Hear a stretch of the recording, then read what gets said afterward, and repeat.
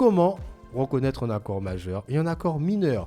Donc, pour cet exemple, on va prendre la tonalité de Do, notre tonalité entre guillemets fétiche, qui semblerait-il serait la plus simple. Donc, Do, ce serait ça. Do, Mi et Sol, qui correspondrait à un accord majeur. Alors, pour donner en termes techniques, pour avoir un accord majeur, il faudrait une tierce majeure et une quinte juste. Ça fait beaucoup? Ok, on va essayer de simplifier. Vous pourrez prendre n'importe quelle tonalité. On va prendre l'exemple de 2 pour vous montrer qu'une petite méthode peut fonctionner. On va se mettre sur la note Do.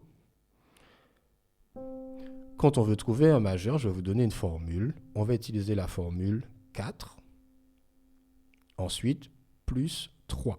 Une fois qu'on a compté 4, on va compter 3 derrière. Ok, je vous donne en mille. Donc, je suis sur la note Do. 1, 2, 3, 4. Et là, j'ai trouvé ma tierce majeure. Pour pouvoir trouver la dernière note pour compléter mon accord, à savoir la quinte, on va utiliser 3. 1, 2, 3. Et là, j'ai un accord majeur. C'est retenu? Ok, prenons un exemple. Choisissons une tonalité au hasard. Prenons par exemple, je sais pas, une tonalité un peu compliquée avec des trucs un peu compliqués. On va prendre Mi. Mi, voilà. Mi, ça donne ça. Voilà, comme il y a 2 touches blanches qui se suivent, on peut peut-être... Ok, pas de problème. Je prends la note Mi et je compte 4. 1, 2, 3, 4. Ensuite, je compte 3. 1, 2, 3. Et j'ai mon accord de Mi majeur. Voilà une petite méthode pour être sûr qu'on a bien un accord majeur. Pour l'accord mineur, la formule sera inversée. À savoir, on va faire 3 et ensuite plus 4. On revient sur notre tonalité de Do. Donc, Do, on va compter 3. 1, 2, 3.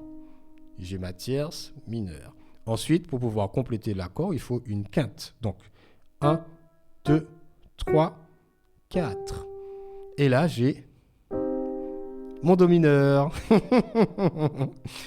Ensuite, on peut refaire la même chose. On peut reprendre notre tonalité de Mi. Donc, je reprends sur ma note Mi avec notre petit...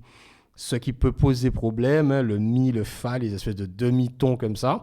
Donc, on a dit, la formule pour le mineur, c'est 3, ensuite 4. Donc, c'est parti. Donc, Mi, 1, 2, 3.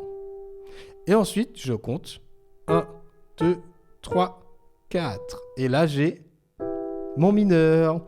Donc, voilà une méthode quasi infaillible pour pouvoir trouver un accord majeur et un accord mineur. Ça, c'était pour de manière, très basique, pour pouvoir trouver avec des chiffres plutôt que de s'encombrer avec des tons, des demi-tons, ensuite des tierces, des quartes, des quintes, des sixtes, etc. Parce que je peux comprendre que ça peut être quelquefois compliqué. Mais on est là pour démystifier tout cela. Maintenant, on va voir comment reconnaître un accord majeur par le chant. Puisqu'en fait, là, je vous ai donné de manière sur le papier, mais au niveau de la sonorité. Comment on fait pour pouvoir trouver? Pour cela, j'ai pris des exemples au hasard. Hein. Vraiment au hasard, vous pouvez prendre le chant qui vous convient. Il faudrait juste que le chant respecte une seule règle. C'est que les premières notes montent le début de la gamme. OK? Là, je vais me mettre en Do. Ici. OK?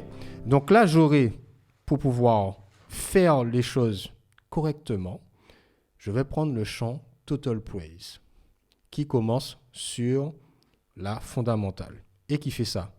Lord, I will live.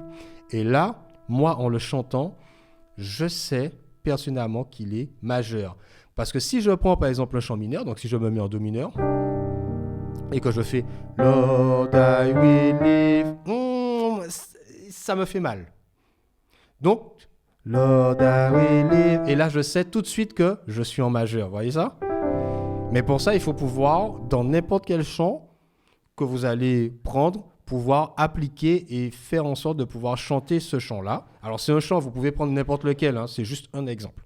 Donc, voilà. Parce que, en fait, il reprend tout simplement le début de la gamme pour faire toute la différence. OK? Maintenant, je vais vous donner un autre chant. Ça, c'est mon exemple. Là, je le répète, c'est mon exemple. Ça, c'est pour moi. Vous pouvez prendre le chant qui vous intéresse. Pour pouvoir trouver le mineur, on va faire cette fois-ci le Do mineur. Comment le trouver de manière chantée? Alors, il y a un petit chant de louange qui est Ô prends mon âme, qui lui aussi respecte la même signature mélodique que le total praise, sauf que lui, il va sur l'intervalle mineur. Donc, si je fais ça, et là, je sais que je suis en mineur. Donc, si je le fais sur le total praise, non, il y a un truc qui ne va pas. Non, il y a un truc qui ne va pas. Donc,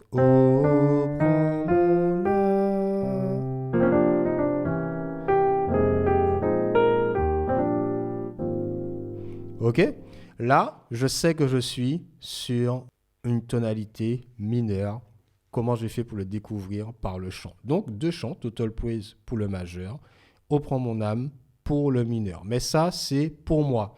Une seule chose, vous pouvez choisir le chant que vous voulez. Juste une seule chose, c'est qu'elle doit juste respecter la ligne mélodique qui reprend une partie de la gamme pour pouvoir trouver s'il est mineur ou s'il est majeur. Répète ces accords-là régulièrement afin que ton oreille puisse s'habituer à cela.